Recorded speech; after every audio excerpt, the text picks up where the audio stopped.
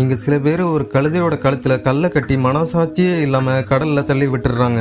அந்த கழுதையும் தண்ணியில மூழ்கி உயிருக்கு போராடி இறந்து போகுது. அப்போ நிறைய குட்டி மீன்கள் அந்த கழுதைய சாப்பிட ஆரம்பிக்குதுங்க. அதையெல்லாம் பார்த்து அவங்களுக்கு கொஞ்சம் கூட இறக்கமே வரல. திடீர்னு அந்த கடல்ல ஒரு குட்டி பையன் விழுந்து உயிருக்கு போராடிட்டு இருக்கிறத அவங்க பாக்குறாங்க. அவனை யாராவது காப்பாத்துங்கன்னு கத்துறாங்க.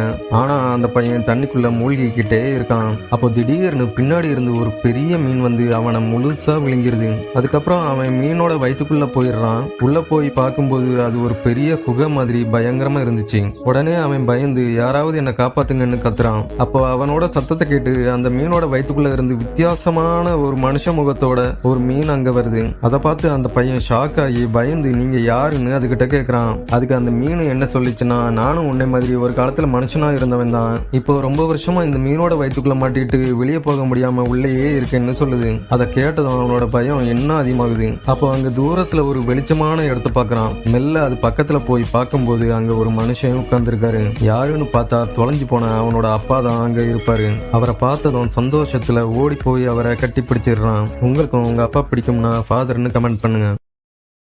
Download ShareChat.